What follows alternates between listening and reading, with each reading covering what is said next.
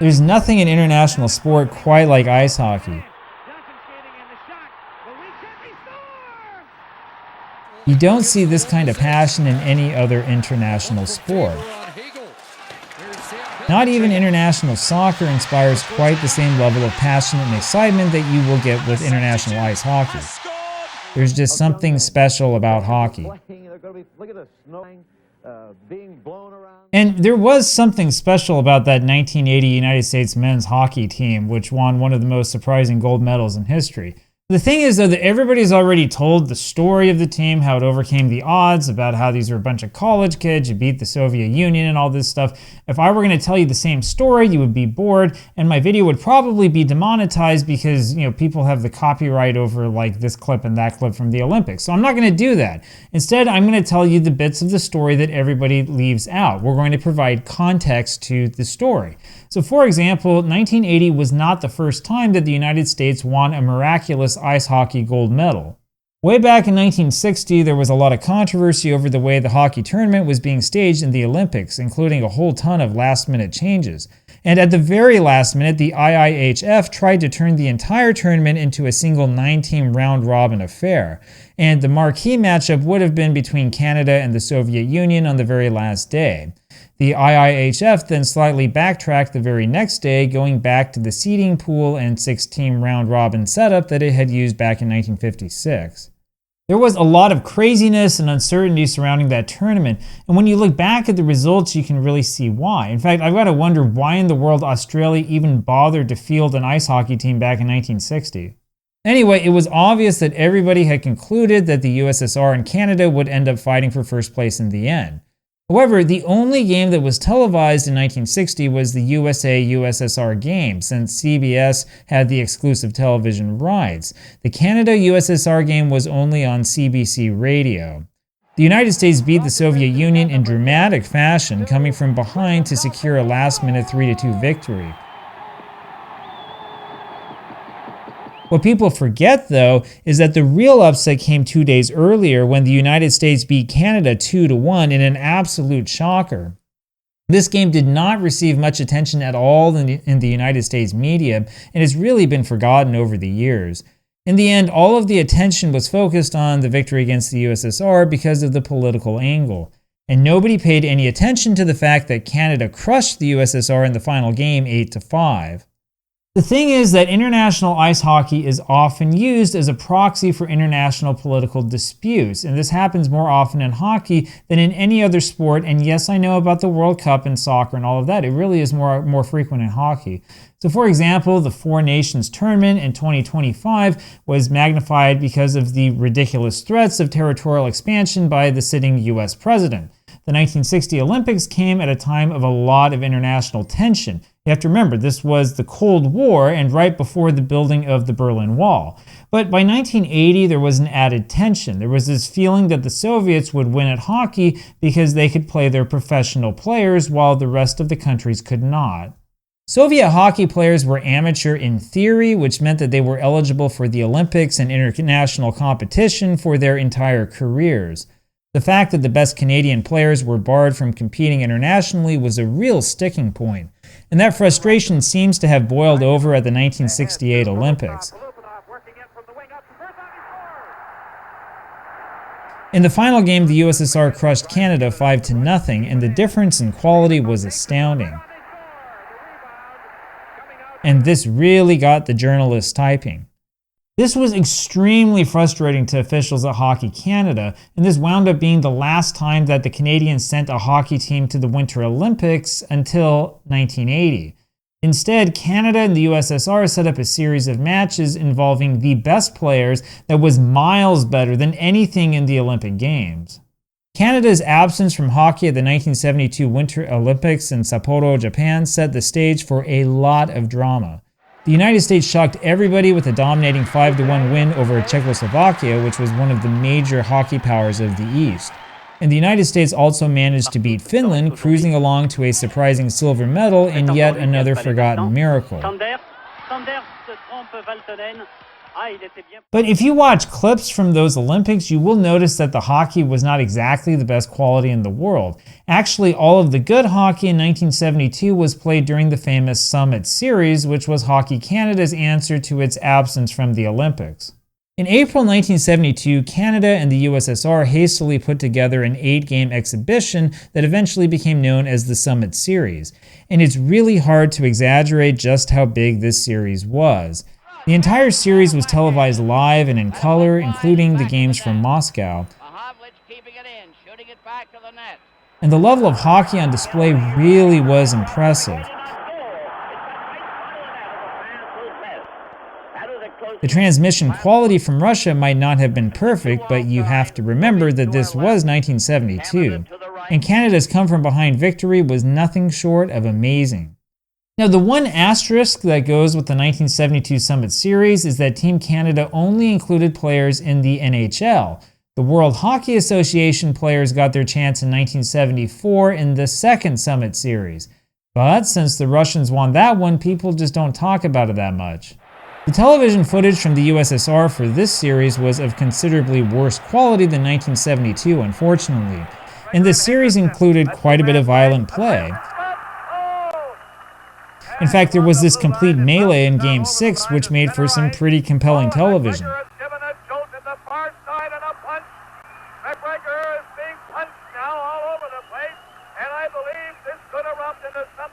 Game 7 of that series featured a last-second goal that wasn't counted, which was hugely controversial.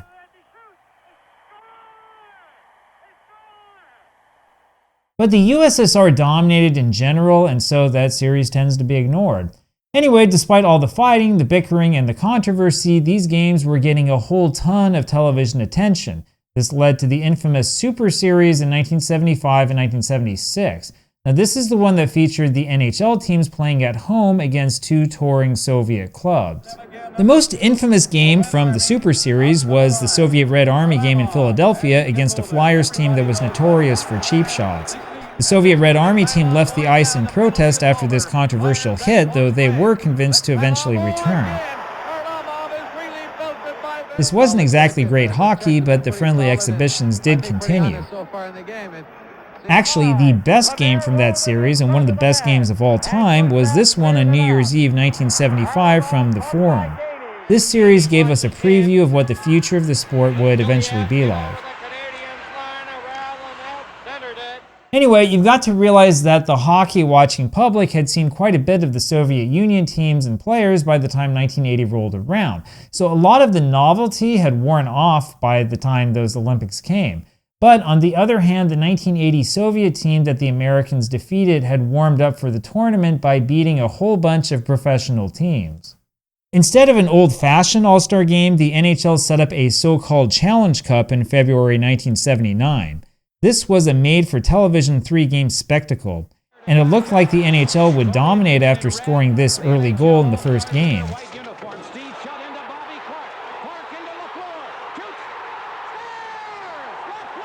But that excellent Soviet team enjoyed a come-from-behind victory in Game 2.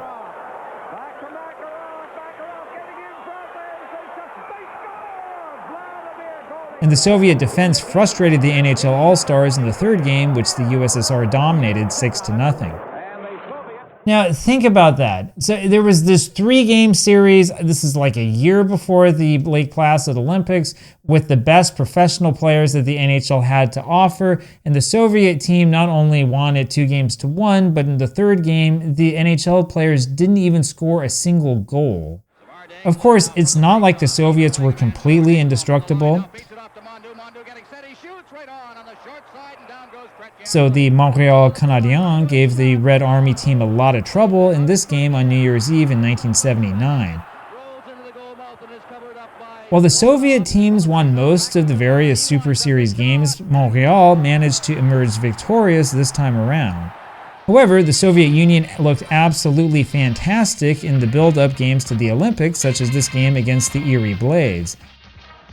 The Soviets dominated Erie, winning this game 9-0. Mikhailov is one of the guys out there now, and he is really some kind of a shooter, and I say it, And remember, even though Erie was a minor league team, this was still a professional team.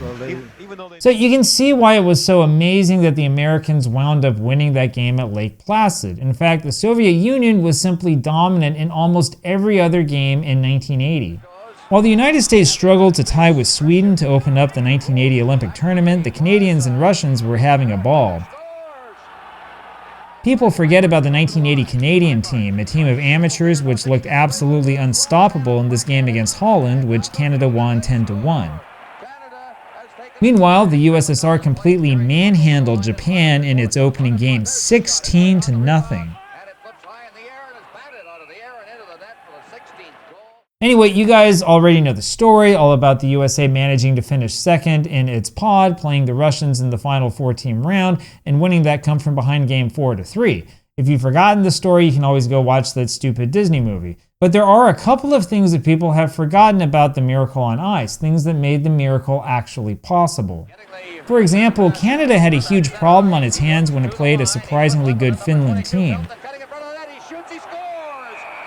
This goal late in the third period cut the Finnish lead to 4-3 and gave Canada some reason to hope. But it was too little, too late.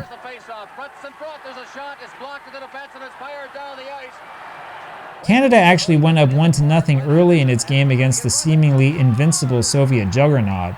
In fact, it looked for a little while like Canada might have a miracle of its own.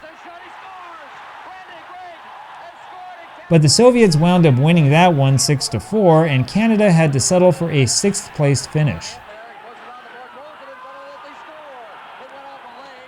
Now, when it comes to that USA-USSR game, there are two really big things that you should know that, again, nobody talks about. The first is that the game was not actually televised live, even though most Americans seem to think that it was.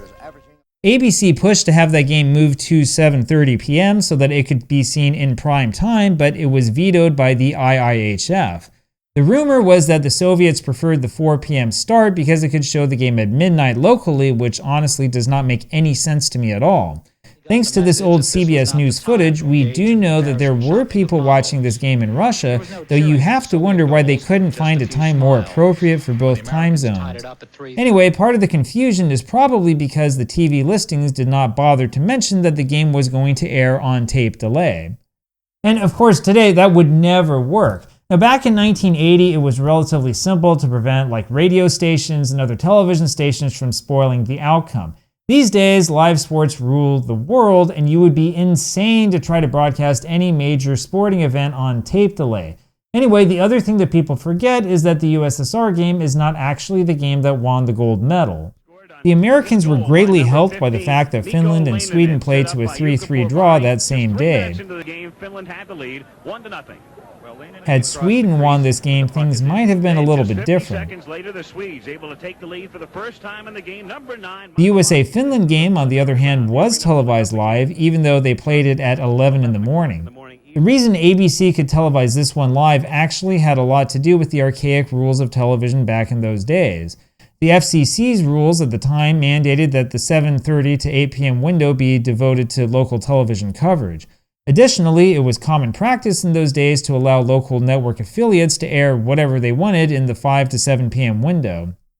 But of course, there were no rules restricting ABC from airing a game live at 11 a.m. Eastern Time. Now, these were archaic rules from a very different time in television history. It might not make a whole ton of sense to us today, but I guess that's just the way that things were back then. So people also forget that Finland actually went ahead early in that final game. Also, ABC was in the middle of a commercial when the United States scored a dramatic goal to tie the game early in the third period. In a way, the end to the Finland game was just as dramatic and exciting as the end to the miracle game against the Soviet Union.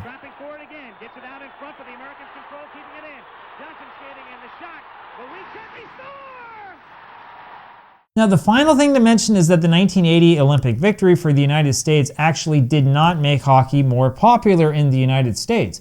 In other words, even though there was this dramatic event that had tons of media attention and brought the country together and had the flag waving and the USA chants and all that other garbage, the majority of Americans still did not pay any attention to ice hockey. Part of the reason, of course, is that the NHL did not have a national network television contract back in those days. CBS aired Game 6 of the Stanley Cup Finals in 1980, which was an afternoon game, and this was the last NHL game on network television in the United States for a full decade. While it's true that you could watch some games on cable television, cable was not all that common back in those days, and so most games were restricted to local broadcasts. It wasn't until NBC broadcast the 1990 All-Star Game that hockey returned to network television. And finally, you've also got to realize that the 1980 Olympics was nowhere near the height of the old Cold War era of hockey. Now, this point is a little bit debatable, but personally, I tend to think that the 1987 Canada Cup was the best of that era. Team Canada in 1987 was probably the greatest hockey team ever assembled, but the competition here was also very good. If you really want to watch really good hockey, you should forget about the 1980 Olympics and just watch this series instead. And this moment at the end of the final game was far greater than anything we've seen in any Olympics or Summit Series or Four Nations Cup or whatever. Anyway, there you have it. By the late 1980s, the Soviet Union had started to allow its best players to go to the NHL because the USSR needed money, so they kind of sold their own people off, and there really has not been any need for this kind of Summit Series since, except for that thing last year that had a lot of attention. We'll talk about that later. Plus, the thing is, these days, the Olympics are more than happy to allow professional players to compete, and now we have the NHL once again totally screwing up its schedule so it can make room for the Olympics. Now, there's always going to be national pride at stake, of course, but that Cold War feeling, that feeling of like desperation and, here are the mighty Russians that are cheating and they have this awful advantage and stuff, all of that stuff is gone. And hopefully it will stay gone like that, provided, of course, that United States politicians can finally get their heads on straight again.